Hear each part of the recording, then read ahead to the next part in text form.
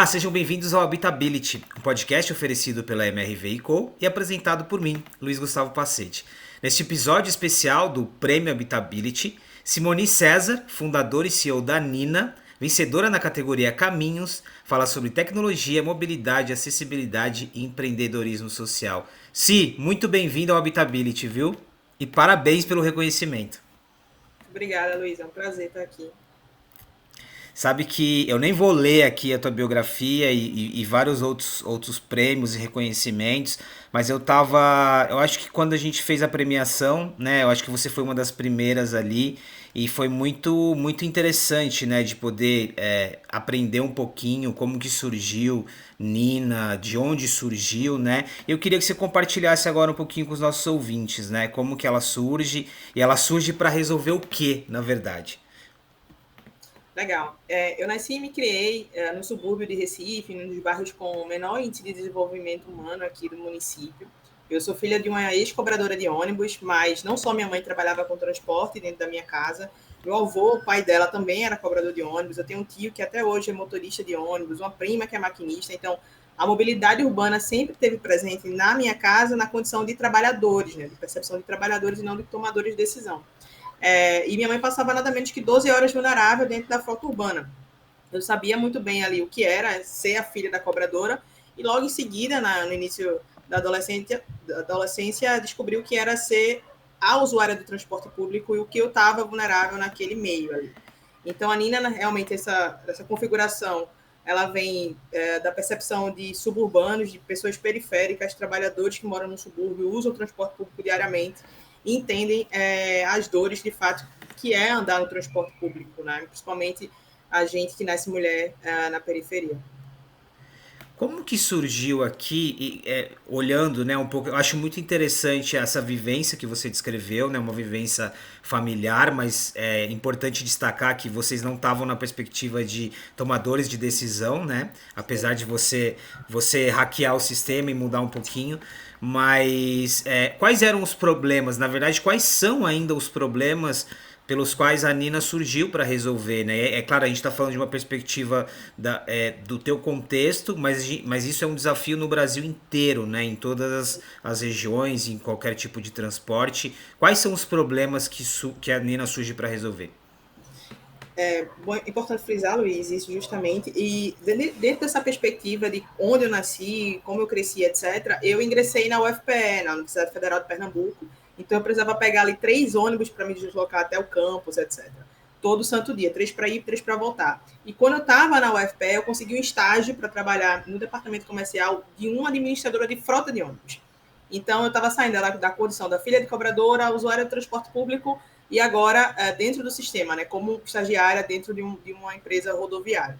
E ali eu entendi a sensação de impotência, né, de impotência frente à violência que está ali dentro da mobilidade, me acompanhou nos 3 ambientes, né, dentro da minha casa, dentro da universidade e no trabalho em si. E isso já estava mais latente em si, eu já estava me incomodando bastante, eu vi o quanto aquilo estava afetando não só a mim, mas outros colegas dentro do campus. E o estopim, realmente, para eu começar a pesquisar a temática e vinha desenvolver a Nina, aconteceu dentro do campus, em meados ali de 2014, 2015. Uma aluna foi estuprada depois de descer do ônibus circular dentro do campus da UFPE.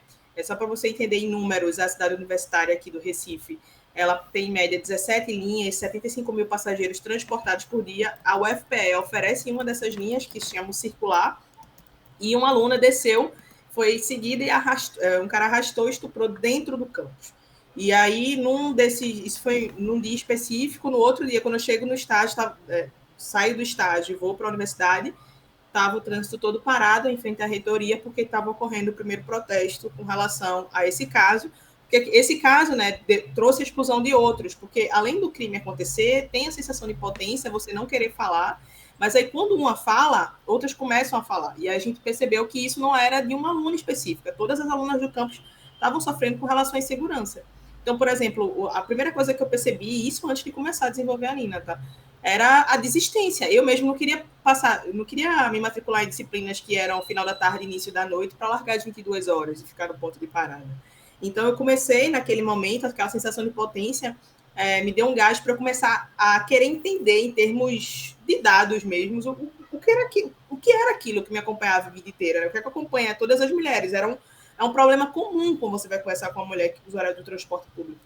E aí, meu primeiro choque naquele momento foi quando eu joguei no Google, assim mesmo, a importunação sexual, que hoje é lei, crime, etc., ela não era nem considerado crime. Então, os poucos casos naquele ano que chegavam ao conhecimento da polícia, eles eram enquadrados como atentado violento a pudor. E dentro desse enquadramento não tinham a subdivisão, por exemplo, isso aqui foi importunação sexual. Então, assim, em termos de dados, era como se o problema não existisse para o poder público, nas três esferas, federal, estadual e município, sabe? E aí foi quando eu comecei a investigar a temática, fui entender outras nuances, como, por exemplo, apenas 3% dos cargos com poder de decisão na área do transporte no Brasil, isso são dados do próprio IBGE, acho que 2020 a pesquisa, apontam que apenas 3% dos cargos com poder de decisão no transporte são ocupados por mulheres negras. Cara, mulheres negras representam 65% da receita do transporte público. Olha que discrepância. Quem de fato financia o sistema não manda nele, sabe? Então, o sistema ele é construído numa perspectiva masculina, aristocrata e branca de quem não usa o serviço. Então, a mobilidade em si, não é a insegurança no espaço público, principalmente no transporte, ela não é, como é que eu posso dizer, displicência, ela é só por não ter ali que de fato usa o serviço influenciando a tomada de decisão, sabe? E foi quando eu percebi, cara, a gente não pode como é que eu posso dizer, postergar isso. Isso é um problema urgente. De acordo com o Fórum Brasileiro de Segurança Pública, então, como o Estado brasileiro não tinha esses dados para oferecer, eu fui atrás de instituições independentes, uma delas, o Fórum Brasileiro de Segurança Pública, e percebi que um dos dados gritantes deles é que a cada 4 segundos no Brasil ocorre um caso de assédio no transporte público. Tem um outro dado extremamente alarmante, que é do Instituto Patrícia Galvão e Locomotiva, que aponta que 97% das mulheres brasileiras já sofreram assédio na mobilidade urbana, independente do modo de locomoção. Aí você inclui transporte ponta a ponta, que é esses aplicativos de transporte, mobilidade ativa, que é a bike, o a pé. Então, assim, cara, todo mundo, toda mulher já sofreu assédio no transporte público. E aí a gente não tinha nenhuma diretriz nacional, não tinha um canal para se fazer denúncia e a gente não tinha nenhum dado. Então, meu objetivo, isso aí foi uma pesquisa realmente científica que eu fiz, cheguei a publicar 2 artigos científicos aceitos na CSBC, que é o Congresso da Sociedade Brasileira de Computação, e depois na ABCIB, que é o Congresso de Cybercultura, ambos apresentados, etc., e aceitos, e aí foi uma das conclusões da pesquisa foi, cara, eu preciso criar um artefato, porque eu preciso criar um canal padrão de denúncia, né? Eu era estudante de design na época, e aí, com uma amiga minha que era estudante de engenharia da computação, a gente fez um protótipo para dentro do campus da UFPE, da Nina em si. Na época, a Nina, esse escopo era de um aplicativo, mas deu muito errado, assim. A gente estava tipo, com muita boa vontade de fazer as coisas assim, mas deu muito errado. Mas esse errado foi o que deu o estalo para perceber que a Nina tinha que ser uma tecnologia integrada a aplicativos, e não um aplicativo independente, porque o objetivo era padronizar esse dado e já entrar em ambientes que têm uma base de usuários muito forte. Então, foi possível, através desse erro, fazer a pivotagem de fato, e aí a gente conseguiu, com essa pivotagem, com esse teste, com essa publicação de artigos que a gente tinha feito, todos esses estudos, conseguir um edital que permitiu que a gente criasse um piloto na cidade de Fortaleza, onde a gente se tornou política pública. Eu já volto para falar dos erros e acertos. Aliás, eu acho muito interessante que começa com um erro, né? O protótipo ele tem essa função, na verdade, mas eu quero ouvir mais sobre isso. Mas nessa descrição um pouquinho de você contando esse processo em que você se debruça em relação ao problema, tem vários aspectos aqui, né? A gente está falando de um impacto que não é só sobre a integridade da mulher, né? Não é só a violência contra a mulher, mas é o impacto na educação. Acho que o exemplo que você deu de desistência, né? E aí a gente vai alimentando um círculo que é perverso, né? A gente deixa de ter mulheres porque elas não estão estudando, porque elas estão com medo. E tem um outro aspecto aqui também muito importante que você destacou, que volta ao ponto de quem está tomando a decisão, né? Se o maior número de usuárias do transporte público é de mulheres, mulheres negras, mulheres periféricas, as pessoas que estão tomando decisão não têm nenhuma perspectiva do que essas pessoas estão vivendo, da realidade dessas pessoas, né? Então aqui é uma junção de vários assuntos, né? O impacto que isso tem, que a violência tem em outros aspectos e, sobretudo, a questão da diversidade e inclusão nas empresas, nas organizações, né? Vamos falar um pouquinho sobre essa parte da prototipagem e o MVP. Eu acho que ficou muito claro, né?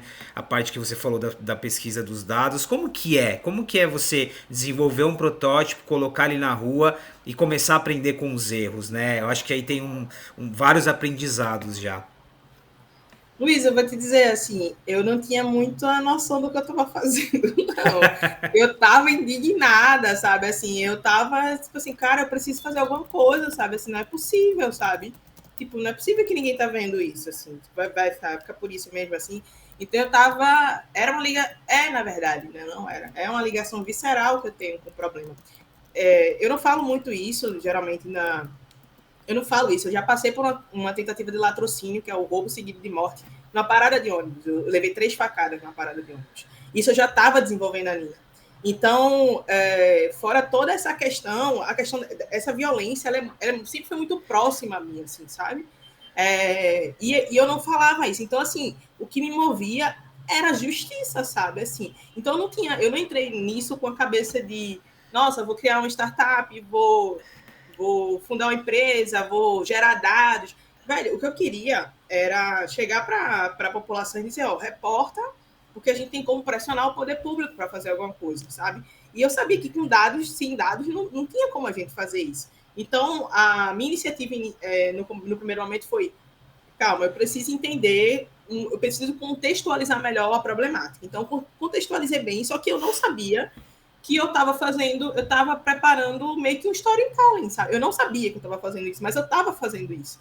E aí, quando chegou na hora de fazer captação de recurso para girar o protótipo, aí você tem que trazer para a perspectiva. Cara, eu era a filha da cobradora, estagiária de empresa de ônibus, eu não ganhava nem um salário mínimo na época. Então, assim, e eu pegava seis ônibus por dia de 2 metrôs, assim. Então, mais da metade da minha renda era tarifa, alimentação e xerox da faculdade, sabe? Então, eu não estava com dinheiro para criar a empresa. E aí, quando como é que eu posso dizer? A pesquisa em si chegou no ponto de vamos ter que fazer um artefato, vamos ter que pensar nisso, foi que eu disse, tá, como é que eu vou fazer isso? Eu não tinha grana. E aí, um amigo, conversando comigo, falou assim, você não dá uma olhada em editais a fundo perdido? Assim, até aí eu não estava com cabeça de piloto, isso não era um linguajar próximo a mim. E aí foi quando eu comecei a buscar editais a fundo perdido, e tinha uma empresa de energético na época com edital aberto para empreendedor social. Assim, foi a primeira vez que eu vi esse termo, empreendedor social. E aí eu submeti, eu acho que todos os editais que eu submeti naquele ano eu passei, mas não era assim porque eu era fera em editais de inovação aberta, era porque eu tinha uma pesquisa científica por trás. Né? Já era isso, assim. E aí acabei passando, tinha a questão da autoridade de fala, realmente, assim, com relação à problemática. E durante esses editais que eu passei, eu ganhei um capital semente muito pouquinho, que foi o que deu para fazer o protótipo no campus, e foi aí que eu fui apresentada realmente ao processo de inovação, né? De gerar um piloto, de ter um MVP, etc. Mas foi tudo muito na tentativa e erro, não tinha muito uma metodologia por trás. Não, assim, então era desespero, né? Era um desespero ali, porque a gente tinha alguns prazos para entregar, assim, mas é isso que eu posso dizer, eu acho que minha força eletromotriz ali, toda, desde o início, realmente, foi aprender fazendo e sempre uma sensação de justiça muito grande, sabe? Eu acho que isso foi a força maior que fez com que eu encarasse ali na mesmo sem ter muita noção de processo nenhum de inovação. Você acabou fazendo um mestrado ali em inovação devido às circunstâncias, né? Imagina você ir descobrindo e de fato, eu acho que fica muito claro o nível, o tamanho da motivação que você tinha ali, né? Até porque isso, como você já disse pra gente, estava muito relacionado à tua história de vida, né? Todos esses termos, né, que a gente usa e usa a exaustão, você foi aprendendo ali na prática. Você disse uma questão muito interessante ali, dentre os primeiros erros aprendizados, que era sobre o fato de ser um aplicativo ou um aplicativo plugado ali a um ecossistema, né? Fala um pouquinho sobre isso, assim, o que vocês foram descobrindo em relação agora à funcionalidade, né? Como que a gente pode tornar essa plataforma de serviço de fato útil? Tá. O objetivo da Nina é alcançar o maior número de usuários possível. Então, a gente sabe que tem uma questão da fidelização com relação a criar um aplicativo, fazer a pessoa baixar, essa pessoa ter espaço dentro do celular, né? Ser um nativo digital, isso ajudaria muito. A gente sabe o público que a gente estava querendo buscar, que era a classe C, D e E, mulheres de origem periférica, que não acabavam não dando match com isso. Então, a gente errou muito em fazer algumas escolhas de querer que a Nina fosse como um aplicativo, né? Tá dentro, a pessoa baixar, etc. E eu acho que o fator principal naquele momento que foi que deu assim, não, deu muito errado, foi primeiro que as pessoas não tinham espaço celular, a gente está falando aí de devices de 2014, 2015, né? Hoje a gente já tem um pouco mais, mas 2014, 2015, cara, não tinha, 36 gigas, eu acho que era o máximo do máximo ali naquela época. E um outro ponto era com relação às pessoas que, de fato, tinham acesso à ferramenta ali. Então, por exemplo, o que a gente pesquisou durante muito tempo, na tentativa e erro, foi perceber que o aplicativo que atinge mais de 51 milhões de brasileiros hoje, assim, maciçamente, e está consolidado na classe CDE, é o WhatsApp. Né? Então, assim, foi o que a gente foi a maior sacada que a gente teve assim com relação a gente tem que estar onde as pessoas já estão para tornar isso mais fácil. Então, o erro foi primeiro esse, assim, a gente fez um aplicativo bem incipiente, assim, na época, e liberou para 100 usuários dentro do campus usar. A gente errou também na data de lançamento, a gente lançou no fim do período, assim, foi em outubro, porque ninguém estava indo para o campus, sabe? Tava assim, tipo, sei lá, 20 pessoas estavam indo e às vezes pegava carona, nem usava nem pegava o ônibus, não tinha nem como reportar. Teve questão de erro de data, erro de formato, né? Não ver o match com o público que a gente tá, pronto, match com o público. Isso era um termo que a gente usava na época.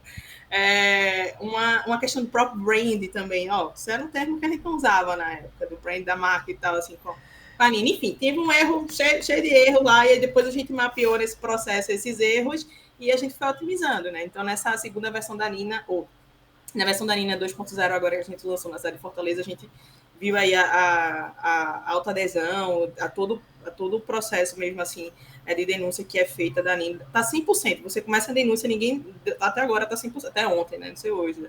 Tava 100% assim de pessoas que iniciam o processo de denúncia na nossa tecnologia. Então a gente viu realmente assim que esses erros se tornaram norte para a gente pudesse migrar assim para a melhoria do serviço. Simone, explica pra gente como que é. Primeiro, de novo, eu vou até ser repetitivo, né? Você fazendo uma imersão. Não bastasse a imersão ali dentro de uma problemática, depois você faz uma imersão no mundo da tecnologia, tendo que dar conta, inclusive, de detalhes de capacidade dos celulares das pessoas, né? Assim, que experiência, né? Quando a gente fala um pouquinho do funcionamento, né, do aplicativo, de todo o sistema, explica pra gente como que é. Eu até você que está nos ouvindo, eu tô no portal.ninamob.com, ele é super convidativo, aqui explica bastante tudo, mas como que funciona hoje essa jornada, né? Desde uma usuária fazer a denúncia, ou um usuário também, mas fazer a denúncia, para onde vai essa informação, com quem vocês estão conectados, como que funciona? Tá. Vou explicar da tecnologia e o por trás, né? Antes da gente fazer a operação na cidade, numa cidade qualquer, oficialmente hoje, só para todo mundo que está ouvindo, a Nina só opera oficialmente na cidade de Fortaleza e região metropolitana. Então, a gente já recebeu denúncia de todo o território brasileiro, mas infelizmente, realmente, a gente só tem a estrutura com política pública na cidade de Fortaleza. E lá, antes da gente fazer toda a integração de tecnologia, a gente precisa articular com os órgãos competentes, isso desde segurança, planejamento urbano, transporte, etc., para todo mundo estar alinhado quanto ao protocolo de atendimento dessa vítima. Depois que a gente faz isso, treina a Guarda Municipal, por exemplo, para dar um encaminhamento, reconhece e insere no nosso protocolo de atendimento quais são as delegacias responsáveis por mulheres cis e trans, ou pessoas não binárias ou menores de idade. A gente alinha toda essa questão de política pública com o poder público e com as empresas privadas com relação a transporte.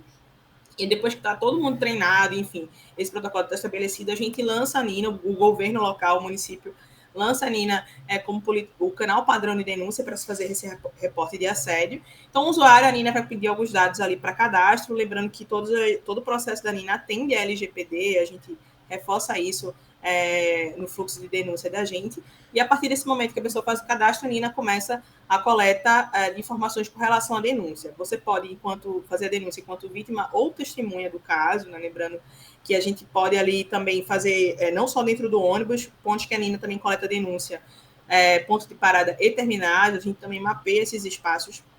E aí a gente começa a pedir informações com relação à tipificação do crime, então a Nina já dá algumas opções ali para você fazer o reporte com relação à tipificação desse crime. A gente pede também, se você souber, o número do ônibus, porque a gente tem a nossa tecnologia é integrada com as câmeras on-board, então a gente, se você passa o número de ordem do ônibus, algumas cidades realmente só pegam um ônibus pelo número, outras cidades só pegam um ônibus pelo nome, então a Nina acaba fazendo essa integração interna, né, no background, assim, no nosso back-end, das linhas de ônibus. Então, assim, então, por exemplo, se você coloca aí o nome, sei lá, Fortaleza UFC, que é a federal de lá, a Nina já vai passar para o usuário todas as linhas que tem aquelas duas palavras, para ele escolher só a que ele realmente está, para acelerar o processo. O objetivo dessa coleta de informações nesse primeiro momento é resguardar provas. Por quê? As imagens on-board em ônibus, elas só ficam disponíveis, isso é a média nacional, tá? De 7 a 14 dias. Depois desse período, essas imagens são deletadas e não tem como você recuperar. Então, o objetivo da coleta de prova naquele primeiro momento é auxiliar a vítima em salvar as provas que ela tem. Então, a gente faz uma vez a gente recebe essa informação, já notifica automaticamente a empresa a operadora e ela tem 72 horas para fazer o recorte daquela imagem, de acordo com a geolocalização, o horário, etc., e deixar disponível para eventual solicitação da Polícia Civil ou da própria vítima ou testemunha. Né? E aí, nesse primeiro momento, esse dado auxilia essa vítima nesse sentido. O final da denúncia, a gente dá uma orientação para ela de qual delegacia ela deve procurar. Então, por exemplo, assim, se for mulheres cis e trans, é a Casa da Mulher Brasileira. Se for menor de idade, é a DSECA. Se for outro gênero, enfim, tem uma orientação de acordo com cada gênero que é cadastrado. E aí, o que é feito posteriormente a isso, né? Paralelamente, na verdade. O poder público tem acesso ao nosso painel de controle, ao nosso dashboard, que tem desde mapa de calor, ranqueamento de linhas, com maior índice de assédio, ranqueamento com horário que mais ocorre. A gente tem o detalhamento de cada denúncia. Então, por exemplo, usuários conseguem fazer o upload de vídeo e de fotos também. Não só a gente não consegue... A gente, além de acionar as câmeras que estão on-board, a gente também consegue fazer com que o usuário suba essas imagens durante o fluxo da denúncia. Isso acaba auxiliando o poder público na questão de mapeamento de agressores. Né? A gente já tem alguns rostos ali mapeados com relação à agressão em si e validação. Então, algumas políticas públicas já são pautadas com base nos dados da Nina, desde flexibilização de ponto de parada, a monitoramento de iluminação em via pública, a recuperação de pontos de parada. Então, todos esses dados, eles acabam influenciando a política pública de planejamento urbano na cidade. E é o que a gente coloca para a gestão quando a gente vai fazer a iniciação da Nina. Então, fica uma mente muito policialesca, sabe? Quando a gente fala sobre combater a violência de gênero, em colocar guarda municipal na esquina, mais guarda municipal dentro do terminal, mais polícia em X local, quando muitas vezes aquela via, aquela linha em si é perigoso para a mulher por questão de superlotação, por desertificação de área, por baixa iluminação. Então, através dos nossos dados, essa problemática acaba ficando mais sensível e mais assertiva, né? A tomada de decisão mais assertiva pelo poder público. Então, tem esses dois fluxos, né? Tanto de inserção de dados com as denúncias e de output com o que é que ser feito com o dado que a gente acaba coletando com as denúncias em si. É muito claro como o papel da tecnologia, nesse exemplo que você deu agora sobre como que o dado pode te ajudar a ter informações precisas, né, e identificar algumas causas. O papel da tecnologia nas cidades inteligentes, né? Esse é um assunto que a gente fala bastante, mas não é só sobre tecnologia, né, Simone? Eu acho que quando você vai explicando um pouquinho pra gente, olha só o cuidado que você precisa ter primeiro, identificar os perfis, né, identificar a quem as pessoas vão recorrer, né? Quais são os tipos de pessoas que a gente está falando aqui quando a gente fala de cis, transgêneros e outros recortes, né? Então tem uma parte humana de comportamento e de sociedade que ela vai além da tecnologia. E um outro aspecto que fica claro é como que você também depende de um ecossistema, né? Tudo bem, vocês terem as informações, a tecnologia funcionar, mas se o poder público não está ali também para utilizar essa informação, de nada adianta, né? Quais foram os resultados a partir, agora considerando essa nova fase, né, e depois de todos esses aprendizados, em relação não só a identificar os problemas, como você bem pontuou, mas em termos de redução de casos ou outros tipos de melhorias? Luiz, então, a gente vive numa sociedade que a gente faz hoje, a gente faz o incentivo para se fazer a denúncia, mas aí a gente tem uma sociedade secular que não apoia a mulher nem em reconhecer e tampouco denunciar isso. Então, no primeiro momento que você lança uma política pública chancelada pela maior autoridade da cidade, que é o prefeito, né, e com alguns secretários, com vários órgãos envolvidos, nunca vai haver a diminuição. Infelizmente, só vai haver o boom da denúncia.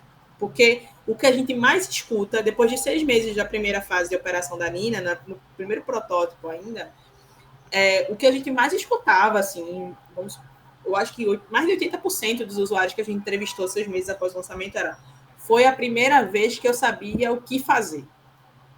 É o que eu mais escuto quando eu vou conversar com o usuário. O que eu mais escuto, assim. E, cara, a primeira... Olha o quão grave é isso, assim. A gente tem um crime que acontece a cada 4 segundos no transporte público no Brasil, e só em 2018 foi sancionada a lei de importunação sexual, e só em 2019 uma cidade lança uma política pública, e foi a primeira vez na vida de uma pessoa que ela sabia o que fazer com um crime que tem um intervalo de 4 segundos no país. Sabe, assim, é absurdo. Então, assim, no primeiro momento não há uma diminuição, Luiz, eu vou ser bem sincera com você, o que acontece é um boom. Em 18 meses de operação na cidade de Fortaleza, a gente coletou mais de 2.300 denúncias, 10% delas viraram inquérito policial, e a geração de boletins de ocorrência não é um indicador, como é que eu posso dizer, para aferir o sucesso da Nina, até porque um atendimento para a vítima de violência de gênero na mobilidade, no protocolo de atendimento, não é delegacia, é assistência psicossocial. E é lá que a vítima decide se vai ou não prestar queixa. Então, a obrigação da Nina é direcionar as vítimas, principalmente, para essa assistência. Então, no caso da cidade de Fortaleza, a gente direciona para um equipamento público chamado Casa da Mulher Brasileira. Ele é um equipamento federal e ele reúne defensoria pública, assistência psicossocial, a própria delegacia da mulher dentro desse equipamento, tem vários outros órgãos dentro desse equipamento para dar assistência a essa vítima, e na triagem, mesmo o equipamento tendo delegacia dentro dele, ainda assim a mulher não é obrigada a prestar queixa, porque ninguém sabe o estado que ela chega lá, sabe? E aí é ela que decide. Então, assim, a gente nem tem essa questão de geração de boletim de ocorrência como indicador de sucesso da efetividade da Nina. A gente entende os encaminhamentos e atendimentos de mulheres pelas assistentes sociais, psicólogas, como um indicador positivo, né? Porque ela já recebeu essa primeira, como é que eu posso dizer, cuidado. E aí, um outro indicador é com relação ao valor agregado que a gente gera também para o próprio transporte público. A gente tentou no primeiro momento ali, porque a gente tem alguns índices que mostram que a maior presença de mulheres em regiões acaba mostrando que aquele ambiente fica mais seguro, né? A percepção de segurança ali é maior. Então, a gente tentou, dentro da cidade de Fortaleza, em 2020, pouco antes do início da pandemia, buscar esses dados com relação a se depois da implantação da Nina, né, naquele momento, tinha acontecido a maior emissão de bilhetes únicos do gênero feminino. A gente estava tentando buscar se o nome da Nina por si só, a política pública de combate à violência sexual, conseguia não só resgatar usuários que tinham deixado de usar o transporte público, mas também manter os que estavam lá. E aí a gente não conseguiu fazer esse comparativo de dado porque o município, no cadastro do bilhete único, não pedia gênero. E aí a gente ia ter que usar um software especial, etc. A equipe era pequena, disse, olha, vai ficar sem esse indicador. Mas é um indicador que a gente busca também num outro momento, saber se há, de fato, o poder da Nina em mudar a percepção do transporte público. Na verdade, a gente conseguiu uma pesquisa do grupo Qualiônibus, que é um grupo de boas práticas de políticas na mobilidade no Brasil. Ele é gerenciado pelo WRI Brasil, que é o Instituto de Pesquisa. A Fortaleza é uma das cidades que está no Qualiônibus. E eles rodaram uma pesquisa, acredito que no meio da pandemia, em 2020, para aferir a percepção da qualidade do serviço de transporte público. E 60% dos usuários na cidade de Fortaleza, a Nina não era citada, e lembravam da gente quando falavam sobre percepção de segurança. Citavam a gente como um exemplo de investimento nesse sentido. Então, tinha uma sensação maior de segurança nessa perspectiva, né, de que a Nina realmente trouxe esse ganho. Então, para a cidade, ela conseguiu mapear áreas de risco com relação ao trânsito. A gente já conseguiu mostrar para eles saturação, determinar o quanto isso impacta do aumento do pico de denúncia naquele ambiente. Eles começaram agora uma política pública chamada Parada Segura, que é a revitalização de pontos de parada, a integração de câmeras, pontos de Wi-Fi dentro dessas paradas, uma iluminação especial, trabalho de acessibilidade também desses pontos de parada. E um dos critérios para priorizar as regiões que têm que vão ser prioridade, né, no plano de revitalização dessas áreas é o índice de violência de gênero naquele ambiente que a Nina acaba fornecendo para o município. Então, esses indicadores... tem um outro indicador também com relação ao aplicativo que a gente está inserido lá, que é o Meu Ônibus Fortaleza. Eles aumentaram aí em 25% o número de downloads depois da integração da Nina. Então, a gente acompanhava, a gente fazia alguma ação em terminal, aparecia na TV, ele chegava a triplicar o número de downloads dia. Né? Então, tem uma questão muito de valor agregado que a Nina acaba gerando para os parceiros da gente na região. Simone, para a gente terminar, passou rapidinho, quando a conversa é boa, passa rapidinho. Para a gente terminar, eu vou tentar fazer duas perguntas em uma aqui. Primeiro, hoje, como que vocês se financiam, né? Até porque tá muito claro o que você precisa de investir para continuar conscientizando as pessoas, para trazer mais usuários e enfim, toda a parte de custo, de investimento, né? E uma outra pergunta e aí eu acho que é a pergunta que você vive respondendo, né?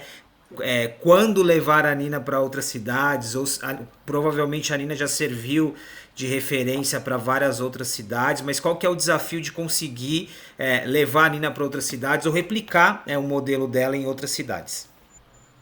Posso começar de trás para frente? Pode começar de trás para frente. Eu acredito que nesse primeiro momento a gente entender, infelizmente a gente tendo meu cliente como B2G, a gente teve aí nos últimos anos um não investimento em programas de combate à violência contra a mulher, no aspecto geral. A gente teve, na verdade, o não investimento nessa área.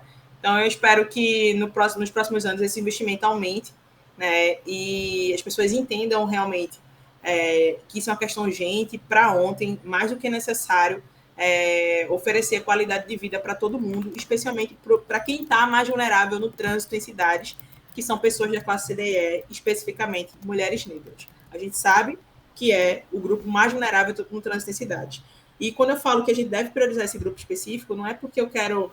E eu já ouvi isso de tomador de decisão, tá? Dentro da cidade, de procurador, assim, dizendo que a gente tem que priorizar todo mundo. Cara, a gente tem que priorizar todo mundo. Eu concordo com você, isso é óbvio. Eu não ia contra isso jamais. A questão é que, se eu priorizo quem está na base da pirâmide social e identifico os riscos dessa pessoa e consigo mitigar esses riscos, né? Consigo solucionar esses riscos de forma mais fácil, todo mundo na pirâmide social é beneficiado. Mas aí, se eu priorizo quem está no topo da pirâmide social, quem está na base vai continuar sofrendo a mesma problemática. Então, é essa inversão de valores que eu tento colocar com a Nina para avançar. E um outro ponto é com relação sobre investimento, ainda de como levar a Nina para o Brasil. A gente sabe que o transporte público, principalmente o transporte público, passou aí período da pandemia e já vinha sofrendo muito com relação a desinvestimentos na área. Então, a gente precisa melhorar o transporte público para a retenção do usuário. Ter transporte público de qualidade é necessário não só por uma questão de manter o sistema, mas uma questão ambiental. A gente precisa trazer essa coletividade, esse deslocamento de cidade por uma menor emissão de gases poluentes. Então, a gente só vai conseguir fazer isso e reter esse usuário, que é o maior dele, mulher, oferecendo segurança. Por isso que o que eu espero nos próximos anos aí é que dessas duas áreas, tanto o investimento combate a segurança a insegurança, a violência contra a mulher e a mobilidade de forma mais limpa, consigam trazer projetos como a Nina para que a gente consiga expandir para outras localidades. Um outro ponto, eu esqueci a primeira pergunta, Luiz, perdão. Sobre rentabilização, né? A gente tem 3 formas de rentabilizar, na verdade. Quando uma cidade contrata o serviço da Nina, a gente consegue ir por inexigibilidade, por dispensa de licitação e por licitação também, a gente consegue fazer de cooperação, contrato de comparação. E aí a gente cobra uma taxa única pela consultoria. Então, essa consultoria, essa formulação de política pública é o período que a gente mais trabalha, esse pré-lançamento da Nina, porque a gente tem que articular, treinar diversos atores, fazer pesquisa, etc. Então, é um trabalho aí, em termos de cidade e tamanho de Fortaleza, que dura no mínimo 6 meses, esse trabalho, para posterior lançamento da Nina. E aí a gente cobra uma taxa única por esse serviço. A gente cobra uma taxa por integração, então todas as integrações que a gente faz, integração com a câmera dos ônibus, então no pacote a gente já sabe todas as integrações que a gente vai fazer, a gente cobra uma integração por ali e a gente cobra uma mensalidade por veículo. Então, no caso de Fortaleza, a gente monitora ali uma frota de quase 2.000 ônibus, a gente cobra uma mensalidade por cada veículo. Então, a gente tem essa receita recorrente e essas duas que são pagamentos únicos. Simone, quem diria, hein, que o teu envolvimento com a causa te levaria para esse mundo complexo, mas assim, queria muito agradecer.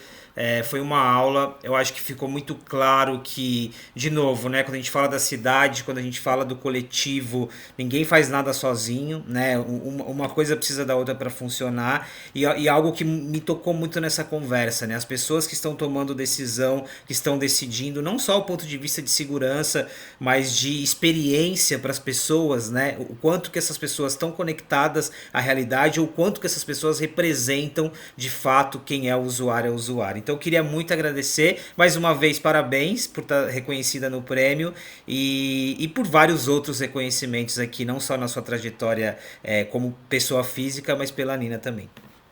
Valeu, Luiz. Obrigada, viu? Obrigada, pessoal. Muito obrigado. Pessoal, muito obrigado por acompanhar mais um episódio dessa série especial do Habitability, você que já é um ouvinte frequente, e você que chegou agora, a gente tem uma série inteirinha com vários assuntos, tecnologia e inovação nas cidades. Eu convido você a nos acompanhar também.